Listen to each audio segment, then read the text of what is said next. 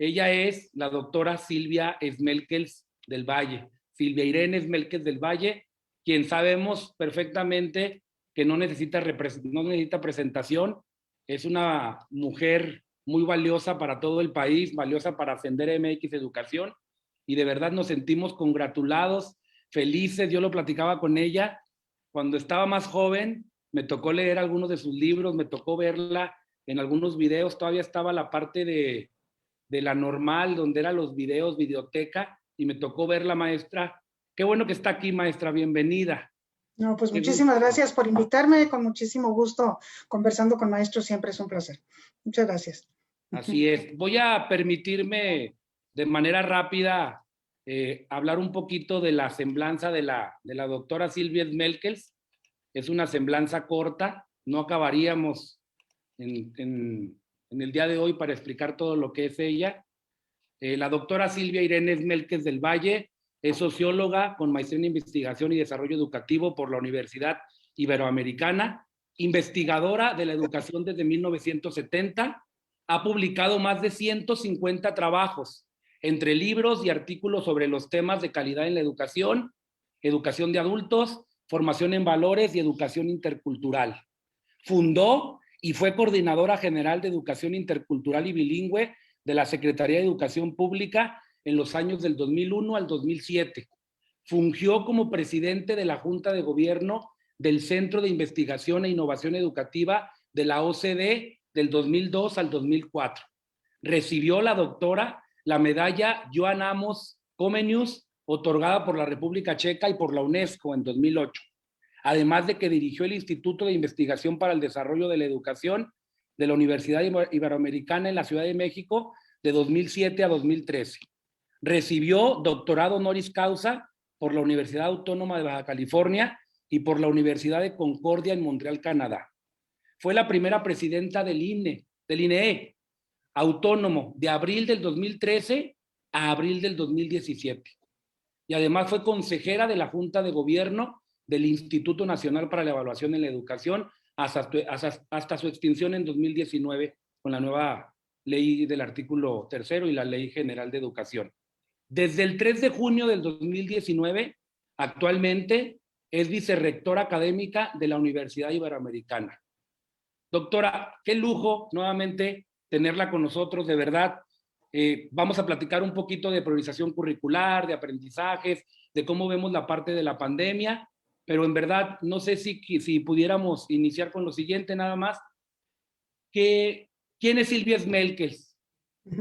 Bueno, pues yo creo que ya dieron mi semblanza y no me gusta mucho hablar de mí misma, pero pues, ¿qué les digo? Además de lo que ya dijeron, soy una apasionada de la investigación educativa, sobre todo de aquella que sirva para mejorar la educación en el país, para hacer cumplir el derecho a la educación. Mi preocupación fundamental es la falta de equidad en educación, esa es mi preocupación más grande, porque la falta de equidad pues solamente es para algunos. Entonces, en el fondo es un problema de equidad también, la falta de calidad, ¿no? Eso es para algunos, entonces es un problema de equidad también, eso me apasiona. Y bueno, pues aparte de eso, soy madre de familia, tengo 3 hijos, tengo una familia, tengo un esposo, vivo en la Ciudad de México, ya, con eso les platico todo. Sí. Aparte de ser vicerrectora en la parte de la Escuela Iberoamericana, ¿qué hace en su vida profesional, maestra? ¿Estará escribiendo un libro? ¿Está haciendo algo en lo particular? Bueno, yo soy investigadora también del Sistema Nacional de Investigadores, entonces, pues como tal, tengo que desarrollar investigación, además de ser vicerrectora.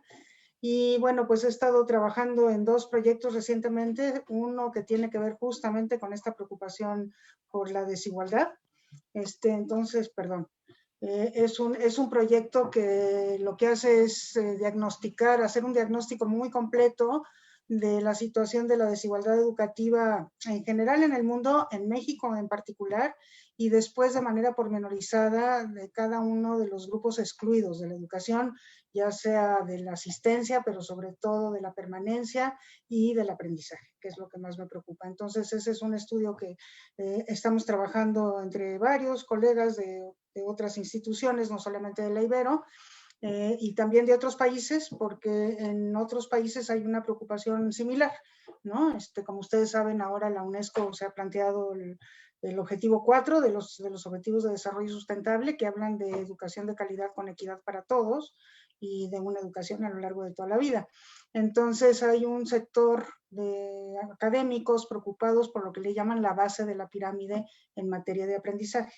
Entonces, con ellos estamos trabajando este diagnóstico desde el país y desde América Latina, pero pues también están participando otras regiones del mundo y pues hemos estado en vinculación con todos ellos. Ese es uno. Y el otro es una investigación que, bueno, yo también muy preocupada por la cuestión de la profesionalización docente. Es algo que me preocupa muchísimo. Parece que el docente es un profesional y tiene que crecer hacia cada vez mayor profesionalismo. Y una de las cosas que me preocupa es el profesionalismo de los docentes indígenas, porque como ustedes saben, pues México no les permitió profesionalizarse durante muchísimo tiempo porque los contrataba, los reclutaba, digamos, con bachillerato, bueno, primero con secundaria y después con bachillerato. Se abrió la puerta para que sacaran una licenciatura en la Universidad Pedagógica Nacional, pero una licenciatura, pues la verdad es que muy deficiente, a distancia, a través de asesores, de los sábados cada 15 días, ¿no? La verdad es que nos parece que pues la formación de los docentes indígenas es sumamente deficiente y tiene que mejorar. Entonces hicimos un estudio comparativo con otros países de América Latina de cómo estaba la formación de los profesores indígenas y también cómo estaba la formación de la educación intercultural para todos. Ese trabajo está por publicarse, comparamos Perú, Colombia, México y Brasil.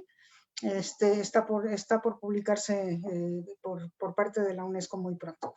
Y bueno, eso fue un inicio, queremos profundizar ese estudio pues ya con trabajos mucho más cualitativos y profundos, una vez que se pueda con la pandemia, empezar a visitar comunidades indígenas, prácticas docentes y también las normales que ahora ellas mismas están formando a profesores indígenas. Entonces, pues esos son mis dos proyectos de investigación en este momento.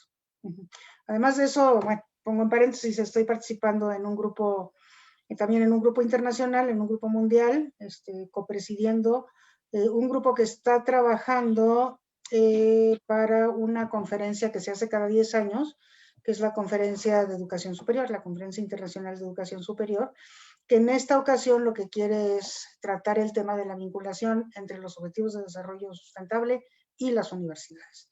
Entonces, bueno, pues ahí hay un tema muy importante de trabajo porque justamente para vincularlos hay que hacer tres cosas importantes. La primera es transdisciplina, la segunda es apertura a otras formas de conocer, sobre todo formas de conocer tradicionales, y el diálogo epistemológico correspondiente, y la tercera es una participación mucho más activa con todos los sectores de la sociedad, incluso en procesos de transformación. Entonces, bueno, en eso también estamos trabajando. Qué padre, maestra, porque finalmente el trabajo académico del docente, del investigador, del maestro no termina nada más dentro del aula, sino que sabemos los que estamos frente a grupo, los que hemos desarrollado diferentes tipos de actividades, pues sabemos perfectamente que el maestro trabaja todo el día y el escucharla a usted que sigue trabajando en esta parte de investigación, pues de verdad es muy, muy agradable para nosotros. Ya vamos a meternos un poquito a los temas que nos refiere a la educación a distancia. En Ascender MX Educación, nuestro principal objetivo, proyecto, es escuchar las voces tanto de los expertos como de todos los maestros de México. Este es un espacio abierto para todos, pero quisiéramos escuchar desde su perspectiva, maestra. ¿Cómo ve usted la educación a distancia? Por ahí la escuchamos en alguna otra plática. ¿Realmente es una tragedia? ¿Es una oportunidad? ¿Cómo ve la educación a distancia? Pues todo depende, ¿verdad? Yo creo que desde luego es una oportunidad y creo que todos los que hemos tenido la oportunidad de dar clases a distancia nos hemos dado cuenta de las oportunidades que abre. Hay cosas que se logran mucho mejor a distancia porque la tecnología lo permite. Por ejemplo, pues una clase expositiva se logra muchísimo mejor a distancia porque en esa clase expositiva se puede conseguir al mejor expositor y ese se puede replicar, ¿no? Lo mismo hay algunos procesos que implican procesos de laboratorio, por ejemplo, que no se suple por completo el laboratorio, pero que sí se enriquece muchísimo a través de simuladores que ahora podemos tener a través de la tecnología y que cuando no teníamos tecnología, pues no los teníamos y eran muchas cosas que no podíamos hacer. Ahora ya las podemos hacer. Una tercera cosa que nosotros ahora estamos aprovechando mucho, pues es esa posibilidad de traer a nuestras clases a gente de todos lados, ¿no? De todas partes del mundo, pero también de todos tipos de experiencia en la vida que están relacionados con la asignatura que estamos dando, a diferentes sectores poblacionales que a veces no tienen presencia en las universidades. Entonces, bueno, pues eso nos ha enriquecido muchísimo nuestra docencia, eso hay que decirlo, ¿no? Entonces, bueno, pero eso de alguna manera supone tener metodologías o más bien tecnologías interactivas como esta que estamos teniendo en este momento, que yo puedo dialogar con ustedes, puedo estar viendo aquí porque tengo el Facebook abierto en mi teléfono, puedo estar viendo las preguntas de los alumnos. Estamos con una metodología interactiva y bueno, de repente ustedes me pueden decir, a ver, despacito, no entendimos, por favor explíquenos más o amplíe no sé cuánto. Estamos en una realidad interactiva.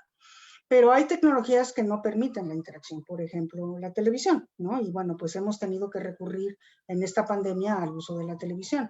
Y entonces, bueno, pues ahí lo que tenemos es una relación pues totalmente unidireccional entre el profesor y el alumno, y además, pues, y los alumnos, que es lo peor, ¿no? Porque son muchos alumnos que son diferentes, que son diversos, y entonces, bueno, pues de alguna manera ahí lo que se está suponiendo es que quien está del otro lado de la pantalla tiene los mismos conocimientos, tiene los mismos talentos, tiene el mismo ritmo de aprendizaje, tiene los mismos intereses, y todos sabemos que no es así. Entonces, bueno, pues en una clase prolongada de un semestre, alumnos diversos, pues algunos van siguiendo la clase, otros se van quedando atrás. Si una clase no la entendieron y no tienen quien les ayude en casa, pues eso los va retrasando. Y bueno, finalmente lo que tenemos es que hay un grupo de personas que están aprendiendo y otro grupo de personas que van dejando de aprender a lo largo de un proceso de esta naturaleza. Y yo creo que podemos decir lo mismo de cualquier método, de cualquier tecnología unidireccional, ¿no? Los teléfonos nos ayudan con cierta bidireccionalidad o multidireccionalidad y eso está muy bien. Y bueno, yo siempre he dicho que nunca dejamos de aprender, ¿no?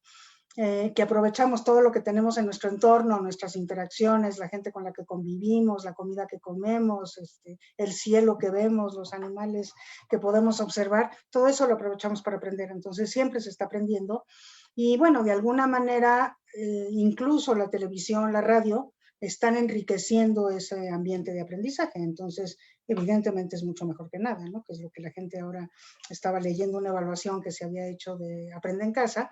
Y eso era lo que decían las personas, el 74% decía, bueno, pues es mejor la televisión que nada, ¿no? Y eso es cierto. Bueno, pero a pesar de eso, sí es una tragedia. Sí es una tragedia porque hay muchísimas cosas que dejamos de aprender. Yo señalo dos fundamentales. Una que tiene que ver con las competencias fundacionales, fundamentalmente de la lectura, la escritura y la matemática, que pues requieren de un proceso sistemático de aprendizaje y de una guía, que es la guía del docente, pero una guía cercana, una guía que me está viendo cometer errores, que me está corrigiendo mis trabajos todos los días y entonces se está dando cuenta de si me estoy atrasando o no, de alguien que está haciéndome ir al pizarrón y está viendo cómo resuelvo las cosas, ¿no? Entonces requiere de una guía y de una sistematicidad. Y entonces cuando no están bien consolidadas estas habilidades fundacionales, lo más seguro es que se pierdan durante esta distancia, que lo que ya se había aprendido se pierda, porque no se puede poner en práctica ni se puede seguir aprendiendo sistemáticamente. Entonces, son dos áreas de las que yo me preocuparé muchísimo con aquellos con las que no se ha consolidado, ¿no? Siempre seguimos aprendiendo a leer y escribir toda la vida y también toda la vida seguimos aprendiendo matemáticas, pero hay un proceso de consolidación que ya garantiza que no se les va a olvidar leer y escribir o resolver problemas matemáticos. Pero antes de que esté, o sea, con los niños hasta el 4º año de primaria y a veces un poquito más, este es un problema. Yo creo que este es un problema serio. Y lo segundo es, pues, todo aquello que en lo que nos educamos en convivencia, digamos, en lo que nos educamos con los demás, que tiene que ver con toda la formación en valores, con la formación como ciudadanos, con la educación para resolver conflictos, con la educación para la paz, con la propia educación cívica, que ahora se llama cívica y ética, por eso, porque en el fondo lo cívico implica valores.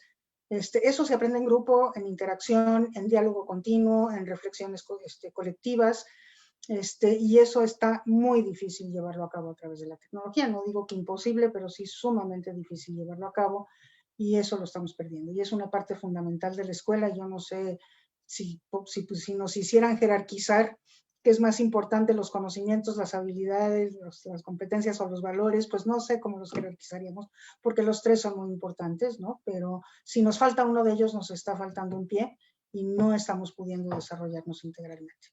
Entonces, a mí esa es la parte que me preocupa. Y bueno, yo digo que lo que tenemos que hacer en esta pandemia son dos cosas. Por un lado, lograr que el presente sea lo mejor posible, y entonces tener muy buenas clases de aprender en casa.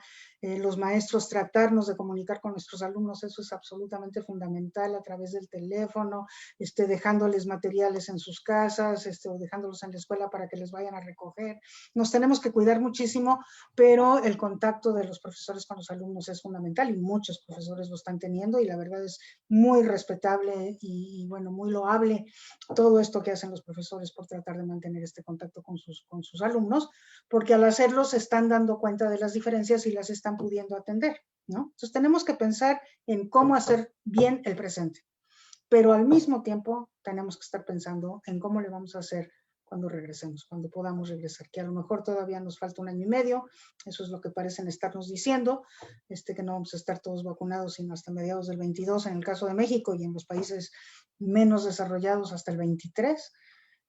Pero bueno, si es así, tenemos que estar pensando muy bien que no podemos regresar a la misma escuela y retomar como si nada hubiera pasado, ¿no? Tenemos que empezar a pensar cómo le vamos a hacer para resolver todos los problemas que causó la pandemia, que además son problemas que se sobrepusieron a problemas preexistentes, de desigualdad, de falta de calidad, de falta de acceso, de falta de permanencia, de desinterés por la escuela, de falta de significatividad del aprendizaje, ¿no?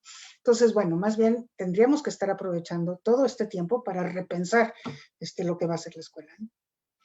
Y en ese sentido, maestra, le voy a hacer 2 preguntas que vienen con referencia a lo que muchos compañeros maestros nos dicen. Dicen que pues no son tiempos quizá, sí de aprender, pero no de aprender quizá lo que aprendemos en la escuela, pero son tiempos en que el niño puede convivir con su familia, puede aprender a tender su cama, etcétera. Yo le preguntaría, maestra, desde su perspectiva, ¿el año escolar se perdió? O sea, yo creo que los propósitos curriculares del año escolar es probable que una parte de ellos, una parte importante de ellos, se hayan perdido. Pero el año, desde el punto de vista del aprendizaje, el año no se perdió, ¿no? Por esto que digo, de que los niños están aprendiendo continuamente. Y bueno, a veces lo que uno pierde, cuando está aprendiendo simplemente por crecer o simplemente por estar relacionado con los demás y con el mundo, muchas veces lo que le falta es el proceso de metacognición, es el proceso de reflexión que nos dice, que nos permite hacer preguntas para poder aprender más a fondo, o que nos dice qué fue lo que aprendí, cómo avancé, qué me falta y cómo lo aprendí, ¿verdad? Entonces, bueno, pues ahí los maestros pueden hacer mucho para ayudar. Yo creo también, a ver, reflexiona sobre lo que estás aprendiendo. Pero, pues ahí está la vida de la familia, en donde, bueno, pues ahora que tenemos muchísimo mayor tiempo de convivencia, los diálogos nos permiten conocer mucho de la historia familiar. A lo mejor si somos de una familia indígena podemos llegar a dominar mucho mejor la lengua, porque el tiempo que estamos en la escuela ya no nos lo permite. Es muy probable que podamos hacer muchas cosas en el campo, ¿no? Si vivimos en el campo, bueno, pues aprender a sembrar, aprender a cosechar, mucho que podemos hacer por observación de los astros, por observación de las plantas, observación de los animales, de nuestra mamá cocinando, ¿no? De las cosas que suceden en la cocina, donde hay procesos físicos y químicos, y bueno, pues, pero justamente ahí lo que hay que hacer es, pues, preguntar continuamente, ¿no? Eso es lo que desarrolla la curiosidad natural y el espíritu crítico. Los niños son curiosos naturalmente, entonces todo el tiempo están aprendiendo. Y desde ese punto de vista, yo creo que no podemos considerar que el año fue perdido desde el punto de vista del aprendizaje. Se aprendieron otras cosas, porque el entorno se volvió diferente, digamos, el entorno escolar se perdió y se intensificó el entorno de la escuela, digo, de la casa, perdón. Entonces, desde luego que se aprendieron muchas cosas, y esas hay que aprovechar. Cuando regresemos, esas hay que aprovecharlas. Excelente, maestra. Y en ese sentido, maestra, en la referencia de que si el año escolar se perdió o no, usted desde su perspectiva, desde ser usted una persona que se ha dedicado toda su vida a la educación, ¿qué oportunidad de aprendizaje observa en lo que nos queda de tiempo en el aprendizaje a distancia? Como usted lo dijo, no sabemos si van a ser 3 meses, un año. Acá en Coahuila se cree que va a ser menos tiempo, que el gobernador nos dio la noticia de que probablemente regresemos pronto. En México no tenemos una fecha todavía en general. Pero ¿qué oportunidad observa usted en este tiempecito, en este tiempo que queda para los maestros y para los alumnos? Sí, bueno, yo creo que desde luego no tenemos que claudicar a este asunto de enriquecer el ambiente de aprendizaje, de seguir planteando todas estas posibilidades de aprender por la televisión, por la radio, por los materiales que se distribuyen, haciendo un uso creativo de los libros de texto que son muy buenos, como bien sabemos en México, teniendo este contacto con nuestros docentes que nos hacen hacer otras cosas que están mucho más relacionadas con nuestro entorno, que yo creo que eso es lo que sabe hacer el docente, porque el docente conoce el entorno donde trabaja, el entorno de sus alumnos y puede hacer el aprendizaje mucho más significativo. El docente es el que puede sacarle provecho a esto que tiene el alumno a su alrededor ahora en la pandemia, ¿no? Y no solamente puede hacerlo reflexivo, que eso es muy importante, pero también puede sacarle muchísimo provecho haciendo preguntas de muy diversa naturaleza acerca de lo que el alumno tiene a su alrededor, haciéndole hacer cosas, ¿no? Yo creo que la creatividad es algo que se puede desarrollar muy bien. Entonces, bueno, haciéndole dibujar, haciéndole a lo mejor proponiendo que haga una obra de teatro con sus hermanos, con sus hermanas, incluso con los padres de familia. Bueno, en fin, hay como muchas cosas que se pueden desarrollar creativamente, incluso, pues no sé, aprovechar que está uno en casa para coser o para bordar o para esculpir o para, en fin, ¿no? Hay como miles de posibilidades. Entonces, creo que eso lo tenemos que aprovechar muchísimo y que yo creo que las familias nos agradecerían muchísimo a la medida en que los profesores despierten esta curiosidad intrínseca que tienen los alumnos y los pongan a aprender a partir de sus propias iniciativas, ¿no? Y a partir de lo que tienen a su alrededor. Yo no me preocuparía mucho porque siguieran las clases al pie de la letra, la verdad, ¿no? Eso, porque bueno, pues a lo mejor el niño ya se aburrió de la clase en televisión, o a lo mejor ya la perdió porque hubo algo que no entendió y entonces ya lo que siguió no lo entendió tampoco. Entonces, tendremos tiempo para recuperar eso. A mí me parece que ahora lo que hay que hacer es aprovechar, o sea, no matar esta curiosidad del niño, no matarle su gusto por aprender, que a lo mejor de repente ese es el riesgo que corremos, ¿no? Lo sentamos enfrente de una pantalla todo el día y lo estamos obligando a estar siguiendo las clases y estar haciendo los trabajos. Y al niño eso no le gusta y entonces pues acaba vacunado, digamos, contra una experiencia educativa. Y yo creo que está sucediendo, ya muchos estamos fastidiados de las pantallas, ¿no?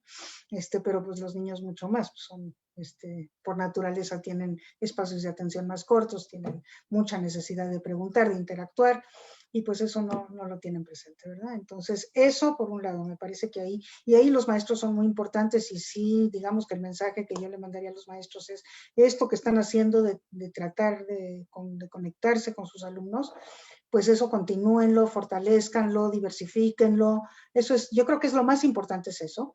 En la medida en que puedan también tener contacto con los padres de familia, pues bueno, también sabemos que hay una enorme diversidad de familias en México y con muchas de ellas pues no los pueden atender porque no, porque tienen trabajo los dos padres o porque es monoparental la familia o porque están cuidando a un adulto mayor o por miles de razones que implican que no pueden apoyar al niño o a la niña.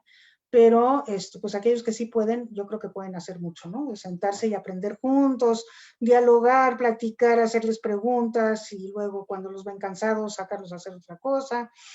Creo que hay mucho que pueden hacer incluso desde el punto de vista socioemocional para ayudar a los niños en este trance que para ellos también está siendo sumamente difícil, a los jóvenes también, ¿verdad? Entonces, bueno, eso es lo que yo diría por parte de los maestros. Cualquier señal que ustedes les puedan dar a los alumnos de que tienen preocupación por ellos, de que están pensando en su aprendizaje, de que quieren ayudarlos a aprender mejor, a través de mensajitos y como decía, a través a lo mejor de elaboración de algún material sencillo, no tiene que ser algo muy complejo, ¿no? Y bueno, en la medida de lo posible, pues si el aprende en casa está resultando interesante, pues eso, que se siga y que se apoye a través de la familia en la medida de lo posible. Más de eso, no veo por dónde podamos estar haciendo en pandemia, ¿no? Porque, insisto, nos tenemos que cuidar. Ya vimos las consecuencias de no cuidarnos, ¿no? Estábamos en ciertas cifras que ya implicaban una curva a la baja y nos dejamos de cuidar en vacaciones de Navidad y en Año Nuevo y en Reyes. Y vean cómo estamos, mucho peor que cuando empezamos, ¿no? Mucho peor que en el pico de la primera ola de la pandemia. Entonces no podemos no cuidarnos. Digo, yo la verdad, si a mí me preguntaran, me encantaría que los niños regresaran a la escuela mañana, pero el riesgo para los maestros y para los niños es muy fuerte. En este momento parece que ya las nuevas cepas de la pandemia están atacando a los más jóvenes, ¿no? Y están teniendo enfermedades graves los jóvenes ya. Entonces, bueno, hay que cuidarlos, ¿no? Entonces, por eso creo que no podemos hacer mucho más. Cuando regresemos, yo creo que sí, ahí sí tenemos que pensar en cosas bien diferentes a hacer, ¿no? Ahí tenemos sí que priorizar el currículum, por ejemplo, tenemos que irnos a las habilidades fundacionales, porque las habilidades fundacionales además tienen la enorme nobleza de permitirnos abarcar muchísimas más cosas, porque son habilidades, no son contenidos, entonces son habilidades que nos permiten trabajar con contenidos, ¿no? Y con contenidos que a nuestros alumnos les sean atractivos, les sean interesantes, que a lo mejor no son los mismos para todo el país, más bien no son los mismos para todo el país, ¿no? Pero bueno, entonces trabajar esos contenidos que a los niños les interesan y aprovecharlos para fortalecer y consolidar estas habilidades fundacionales básicas. Y lo otro es la convivencia. La convivencia yo creo que tiene que empezar por esta necesidad que tienen los niños de desahogarse respecto de todo lo que han vivido, ¿no? Porque han vivido un confinamiento, eso es común absolutamente a todos, pero muchos de ellos además han vivido enfermedades en casa, han vivido fallecimientos, han vivido violencia en el hogar, como bien sabemos, eso es algo que también ha incrementado desgraciadamente, y bueno, pues esas cosas se tienen que conversar, ¿no? Tenemos que sanar, digamos, socioemocionalmente a nuestros alumnos, para poder ponerlos en condición de volver a aprender escolarmente, ¿no? Entonces, bueno, esa es una de las cosas que tenemos que hacer, tenemos que darnos cuenta de lo mucho que perdimos y entonces volver a aprovechar eso que perdimos, sobre todo la convivencia, la posibilidad de trabajos colaborativos, de trabajar en equipo, de hacer algo por los demás, ¿no? Todo aquello que desarrolla esta capacidad de espíritu crítico, conciencia cívica, solidaridad, capacidad de paz, todo eso le tenemos que dar una importancia muy, pero muy, muy grande, ¿no? Entonces, bueno, pues ahí seguramente el regreso no va a ser de un jalón, va a tener que ser escalonado, tendremos que tener mecanismos operacionales muy complejos para saber cómo escalonar. Nos vamos a encontrar con niños con avances muy diferenciados, ¿no? O sea, niños que se avanzaron, niños que avanzaron a medias, niños que en unas materias sí, que en otras no, y niños que no avanzaron nada porque no tuvieron acceso, porque tenemos un grupo todavía de población que no tiene acceso ni siquiera a la radio, mucho menos a la televisión y internet y al teléfono, nada.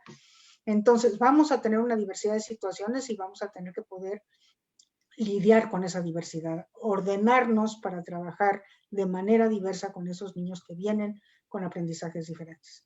Entonces eso vamos a tener que hacer, vamos a tener que decidir qué vamos a hacer acerca de las calificaciones y las reprobaciones, ¿no? Porque las no reprobaciones. Sería sumamente injusto reprobar, ¿verdad? Porque no es la culpa de los niños, o sumamente injusto sería ponerle una calificación, o sea, como que a partir de que juzgamos a un niño que tuvo condiciones de las que él no fue responsable, ¿no? Entonces, bueno, más bien lo que tenemos que hacer es, y aquí, bueno, yo el otro día puse el ejemplo de estas escuelas aceleradas que se llevaron a cabo en California por un señor que se llama Henry Levin, con niños mexicanos, que lo que sucedía cuando estaban en una escuela común y corriente y en un grupo común y corriente es que los marginaban, los ponían atrás porque no hablaban la lengua y entonces no aprendían y además se burlaban de ellos y eran discriminatorios y había bullying.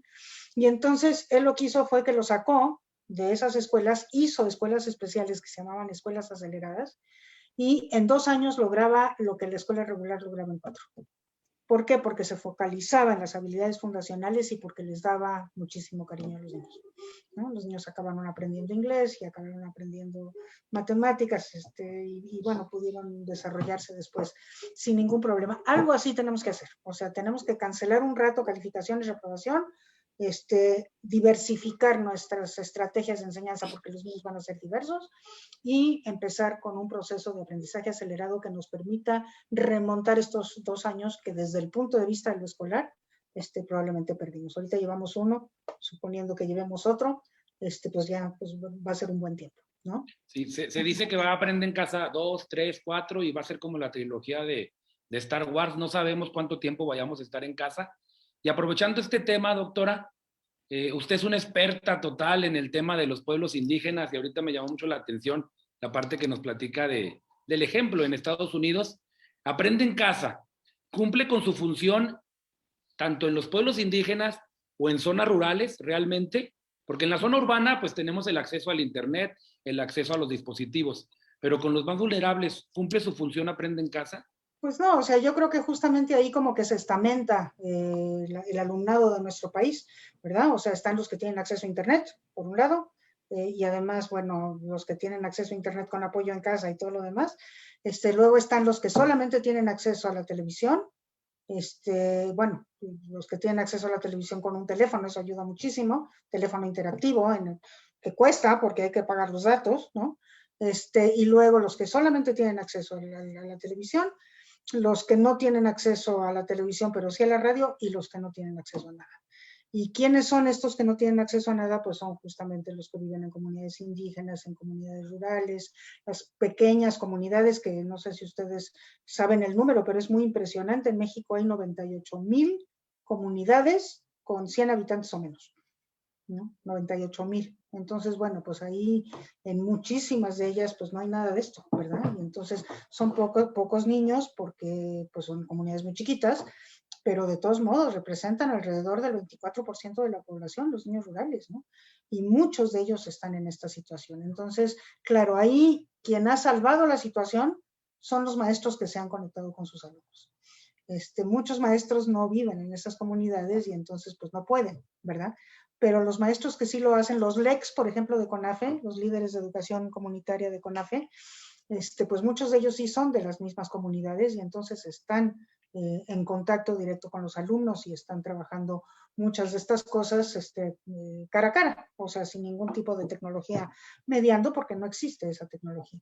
Entonces, justamente por eso, lo que decimos es que México era desigual educativamente antes de la pandemia y ahora se le sumó una capa de desigualdad que es la tecnológica, ¿no? Y entonces, bueno, pues eso lo que hizo fue exacerbar las desigualdades previamente existentes y vamos a tener que regresar a una realidad mucho más desigual, que además se va a ver afectada todavía peor por los desertores, ¿no? Porque hay niños, o sea, ahorita no tenemos manera de calcularlo, pero el Mejor Edu hizo una encuesta que no es representativa, pero de todos modos, porque la puso en línea, pero de cualquier modo es indicativa que el 5%, entre el 5 y el 6% de los estudiantes dijeron que no iban a volver a la escuela. Y el 13% dijeron que no sabían si iban a volver a la escuela. Entonces ahí tenemos un 20% de población que está en riesgo. Entonces, pues nuestra obligación va a ser recuperarlos. No podemos dejar que pues, esa generación se nos pierda, ¿verdad? Entonces, tenemos que pensar también en cómo le vamos a hacer para recuperar a esos niños. ¿Por qué desertan? Bueno, muchos de ellos desertan por razones económicas, sobre todo los mayorcitos que ya pueden trabajar y traer ingresos a la casa. Ha sido una situación económica durísima, hay hambre creciente, entonces, bueno, pues todos los miembros de la familia tienen que trabajar. Otros, por esto que les digo, que pues de repente dejaron de aprender porque no pudieron seguir las clases que suponen que todo el mundo tiene el mismo ritmo o los mismos conocimientos previos.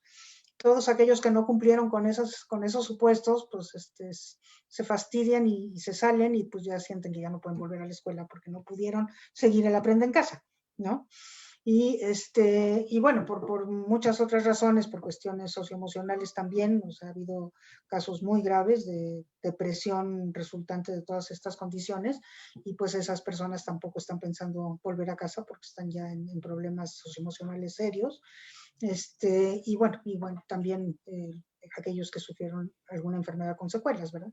Entonces tenemos un problema de deserción que vamos a tener que enfrentar también. Eso nos va a tocar a nosotros. Nos va a tocar al sistema educativo, desde luego, pero finalmente es a cada escuela, porque cada escuela conoce cuáles son los niños que no están regresando y puede ir a intentar recuperarlos, ¿no? Y buscar estrategias. Maestra, y hablando de innovar y de lamentablemente desigualdades, La brecha educativa con la pandemia, pues obviamente creció o quizá mejoró dependiendo de cada contexto, como usted menciona. ¿Cómo observa esa brecha y desigualdad en cada contexto? ¿Realmente mejoró, empeoró? ¿Vamos No, a sí, regresar? en todos los lugares empeoró. En ningún lugar podemos decir que la brecha de desigualdad mejoró. No, nunca, jamás. O sea, nunca se cerró, se amplió, ¿no? O sea, la verdad, en cualquier hipótesis se amplió, porque incluso en una comunidad urbana, en donde uno dice, bueno, todo el mundo tiene acceso a la televisión, a internet, no, las diferencias son enormes, ¿no? Y las necesidades diferentes de cada núcleo familiar pues también llevan a que las condiciones para el aprendizaje sean distintas. Entonces vamos a tener diversidad y desigualdad y brecha de desigualdad en cada una de nuestras aulas. Muy bien. Exacerbada. Uh-huh. En Ascender MX Educación Maestra estamos iniciando con algunos compañeros espacios educativos que tienen que ver con las promociones tanto horizontal, vertical y los procesos de admisión. En ese sentido, hemos visto ya el artículo 3º, hemos visto algunos cambios en la Ley General de Educación. Voy a cambiar totalmente del tema de Aprende en Casa, me voy a mover a un tema que quizá usted domina y que para muchos es un poquito, pues, puede generar controversia en sí, pero en el 2019 el artículo todavía 3º constitucional venía la palabra calidad. Lo cambiaron por excelencia. Yo le pregunto a usted, que usted es la experta de calidad, ¿realmente hay relación entre las dos palabras? ¿Y qué sería calidad, maestra? Sí hay relación entre las dos palabras, pero no significan lo mismo. O sea, sí están relacionadas cuando hablamos de calidad o cuando hablamos de excelencia, pues hablamos de una buena educación, en los dos casos, ¿no? Y en ese sentido hay una relación, pero no es lo mismo, ¿no? No es lo mismo, ¿por qué? Porque la calidad tiene que ver con al menos 4 cosas. Tiene que ver con la relevancia, la significatividad de la educación, porque eso es lo que hace que los niños se enganchen en un proceso de aprendizaje. Y esa es, digamos, como la primera condición para poder decir que hay calidad. Luego, tiene que ver con equidad, porque si no hay equidad, no podemos decir que hay un sistema educativo equitativo, una escuela equitativa, no es de calidad, si no es equitativa, ¿no? Porque cuando hablamos de educación básica es obligatoria, es un derecho, y si no hay equidad, no hay calidad, ¿no? Eso segundo. Tercero, tiene que ser eficaz en el sentido de que tiene que lograr los propósitos de aprendizaje en el tiempo que se prevé para ello, ¿no? Y cuarto, y es la última pregunta que si uno hace, tiene que ser eficiente, ¿no? Así quiere decir que tenemos que hacerlo, pues, utilizando óptimamente los recursos de los que disponemos, ¿no? Pero es la última pregunta que nos hacemos, porque si no se logran las anteriores, ni nos preguntemos por cómo usamos los recursos, ¿no? La excelencia supone, y entonces, bueno, aquí el énfasis está en la equidad. Todos tienen que tener una buena educación, todos, ¿no? Porque si no, no se puede hablar de equidad. Cuando menos en educación básica no se puede hablar de equidad, o en educación obligatoria. La excelencia al revés supone que hay unos poquitos que aprenden mucho, ¿no? Entonces, la excelencia siempre supone una pirámide de aprendizaje en donde hay algunos que están en la cúspide por encima de los demás, que logran la excelencia porque compitieron por el conocimiento y lograron mejores niveles de conocimiento. Entonces, está el premio a la excelencia, ¿no? Pues el premio a la excelencia es aquel que se subió por encima de los demás. Entonces, eso es bien diferente del concepto de calidad. Sí, se quitó de la Constitución el concepto porque se pensó que ese concepto venía de la industria y entonces que era un concepto neoliberal y capitalista y Pero desgraciadamente en el mundo entero lo que se usa es calidad de la educación. En el mundo entero nos quedamos fuera digamos, de la posibilidad de conversar con el mundo porque eliminamos esta palabra de calidad, porque eso, o sea, el objetivo 4 de desarrollo sustentable dice educación de calidad con equidad para todos, ¿no? O sea, esa es la agenda mundial que está usando la palabra educación de calidad, ¿no? Entonces, bueno, pues nos quedamos fuera. Y sí, hay un artículo muy bonito de Pablo Latapí que habla sobre la excelencia y que destruye la palabra, ¿no? Destruye la palabra porque dice que implica competencia, que es solamente para unos pocos, o sea, que va en contra de este concepto fundamental de justicia que tiene el concepto de calidad. Entonces, para mí sí es una lástima que hayamos perdido ese concepto, sobre todo por esta incapacidad de dialogar con el resto del mundo, ¿no? Sí. Pues Pablo Latapí es una persona cercana, bueno, a usted en la parte académica, usted que estuvo trabajando con él en el tiempo de la Secretaría de Educación, me imagino que juntos aprendieron bastante. Y sabiendo que usted es una persona que realmente nos está ahorita ayudando con los conceptos, maestra, un tema también que es súper relevante y que usted es una experta, ¿nos pudiera ayudar diciéndonos qué es evaluación, maestra, para situarnos los maestros?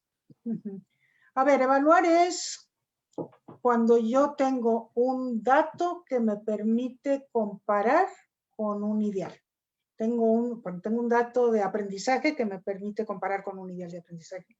Y a partir de esa comparación hacer un juicio, ¿no? Entonces, ese dato puede venir de donde sea, o sea, puede venir de una prueba, puede venir de un trabajo que hizo el alumno, puede venir de la manera como me respondió una pregunta. Ese dato. Entonces, yo ahí lo que me pregunto es, a ver, ¿esto es lo que yo quería que aprendiera? ¿O esto es lo que el currículum espera que logre? ¿No? Y entonces, a partir de esa comparación, yo hago un juicio y digo, contesto sí o no, o más o menos, ¿no? Y ese juicio, supuestamente, porque toda evaluación debería de tener esa finalidad, ese es un juicio que me ayuda entonces a regresar, a corregir aquello que no se logró, o sea, por lo cual no se logró ese propósito, ¿no? Entonces, la evaluación, y ese es el concepto de evaluación formativa, ¿no? Que se aplica, digamos, desde el aula, porque yo recojo información del aprendizaje de mis alumnos justamente para poder hacer ese juicio, retroalimentar a mis alumnos y planear mejor mis clases, ¿no? Pero un sistema educativo hace evaluación justamente para poder mejorar sus políticas educativas. Y en ese sentido también es formativa la evaluación, digamos, estandarizada, macro, etcétera, ¿no? Entonces, pero la evaluación tiene ese propósito, su propósito es mejorar, ¿no? Entonces, sin evaluación no se puede mejorar la educación.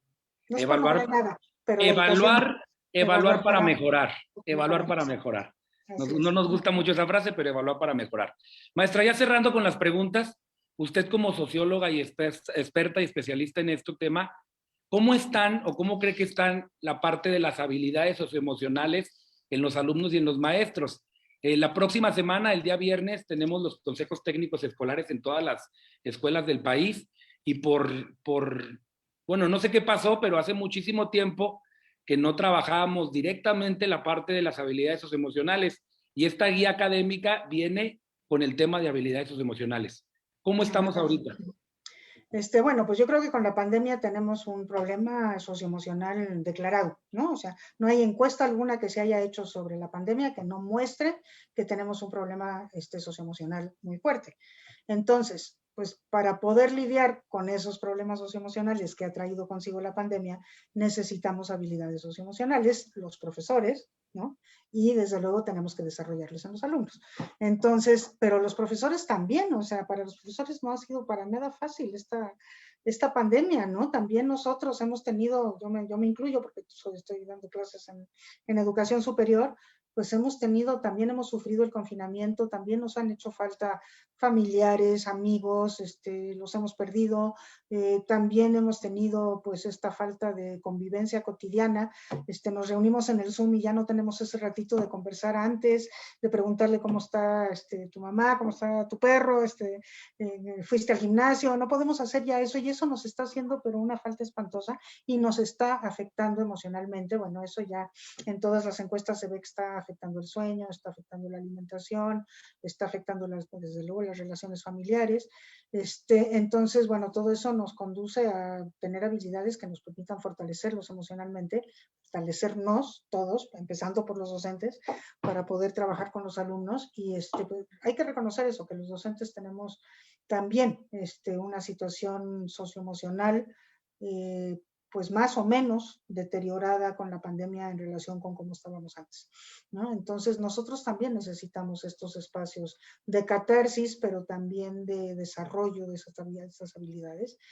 Me parece muy bien que el Consejo Técnico les ponga otra vez en el centro, porque de alguna manera cuando se acabó la reforma educativa previa, que tenía un énfasis muy fuerte en habilidades socioemocionales, pues eso se perdió también un poco del currículum y qué bueno que ahora se reconoce que hay que volverlo a tratar. Me da mucho gusto saberlo, no lo sabía, me da mucho gusto saberlo. Sí, de hecho, maestra, le comento aquí en lo corto, vamos a tener una plática el próximo jueves con 3 expertas de habilidades socioemocionales. Ahorita al final lo voy a presentar para que los maestros el viernes lleguemos con toda la temática de la habilidad socioemocional, que de verdad usted y yo que lo platicamos en cortito, hablamos de la parte de lo importante, que es la parte de estrechar la mano, de saludar a las personas, de saber cómo están, porque el ser humano, por excelencia, pues es un ser social. Maestra, ya por último, nos quedan 2 preguntitas. ¿Qué es lo primero que usted cree que debemos de hacer los maestros y maestras cuando regresemos a la escuela? Imaginando que es abril 2021, que es marzo 2022, no sabemos cuándo, pero regresamos a la escuela. Nos dedicamos a esos niños que están rezagados académicamente, nos dedicamos a las familias que tenemos que atender, o nos dedicamos a esta parte emocional que es súper importante en la escuela. Yo diría, si me dices cuál es lo primero, eso es lo primero, ¿no? Lo primero es hacer de la escuela un lugar cálido, un lugar acogedor, un lugar sumamente respetuoso de todas las situaciones personales diferentes que pueden haber pasado nuestros alumnos, de un lugar seguro a donde los alumnos sientan que realmente pueden expresarse, o sea, seguro desde el punto de vista, claro, sanitario y demás, pero también seguro donde ellos sientan seguridad, ¿no? Donde ellos se sientan seguros, que sientan que cuando uno llega a su casa sabe que puede decir lo que quiera, pues igual que se sienten en la escuela, que sepan que nadie se va a burlar de ellos, que nadie se... Entonces vamos a tener que regular mucho la convivencia, de manera que eso no suceda, y para poder asegurar que vamos a poder mantener este clima de acogida, de calidez, de respeto, de seguridad, que es, yo creo que va a ser lo más importante, porque lo primero que tenemos que hacer es poner la disposición para el aprendizaje. Y la disposición para el aprendizaje está en lo socioemocional. Y lo tenemos que mantener. O sea, una vez que lo logremos, pues eso, así tiene que ser la vida en la escuela siempre, ¿no? Pero por ahí tenemos que empezar, yo creo. Y bueno, pues yo creo que una de las cosas que nos ha hecho pensar esta pandemia es, pues cómo cuando tengamos esta oportunidad de volver a estar juntos, cómo tenemos que cuidar que ese estar juntos sea realmente algo armonioso, algo que nos haga crecer, algo que nos haga respetarnos a nosotros mismos, que nos haga crecer nuestra autoestima, ¿no? Y no un lugar hostil, no un lugar discriminatorio, no un lugar donde el bullying se permite. O sea, eso es lo que tenemos que impedir. La escuela tiene que ser el oasis socioafectivo para todos los niños de México. Excelente, maestra. Ya para ir cerrando un poquito, entonces la priorización curricular la estamos utilizando ahorita en Aprende en Casa, estamos utilizando la distancia. Yo le pregunto, maestra, ¿qué es la priorización curricular? Pues desde mi punto de vista, la priorización curricular es radical. O sea, yo digo, olvídense de todo lo que son conocimientos y dedíquense a las habilidades fundacionales. Y váyanse a los conocimientos a partir de las habilidades fundacionales, no al revés, o no, y desde luego, no dividan en silos, hoy toca matemáticas y después toca ciencias naturales. No, eso no, ¿no? Entonces yo digo, ahorita por lo pronto, un rato largo, olvidémonos de los conocimientos, como, digamos, como propósitos en sí mismos, olvidémonos de ellos, dediquémonos a fortalecer las habilidades fundacionales y las sociales, y las habilidades valorales y socioemocionales, ¿no? Eso para mí es priorizar, y creo que soy muy radical al decirlo, ¿no? Porque pues alguien me va a decir que entonces no vamos a estudiar historia y no vamos a estudiar, pues no, ahorita por un rato no, o si estudias historia, pon la historia como un ejercicio, como un pretexto para desarrollar habilidades, ¿no? Habilidades fundacionales, y por eso me refiero no solamente a leer y escribir, a contar y demás, sino también a las habilidades básicas y superiores de pensamiento, ¿no? Muy bien. Pues maestra, yo estoy fascinado. Ahorita estoy viendo algunos mensajes en el Facebook.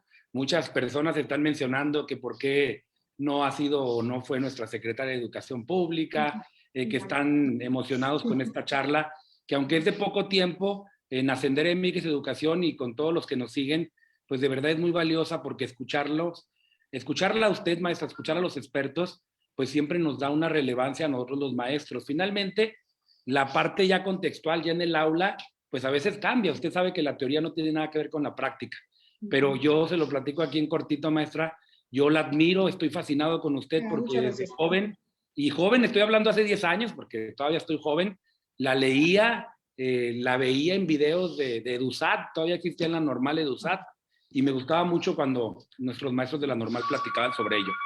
Maestra, para ir cerrando, ¿qué consejo nos daría a los maestros? Pues bueno, yo lo primero que les diría es cuídense. Es muy bien importante que se cuiden, ¿no? Es que se cuiden físicamente, desde luego, no volvamos a cometer el error de confiarnos, ¿no? Porque pues hemos perdido muchos maestros, desgraciadamente. Entonces, cuídense mucho.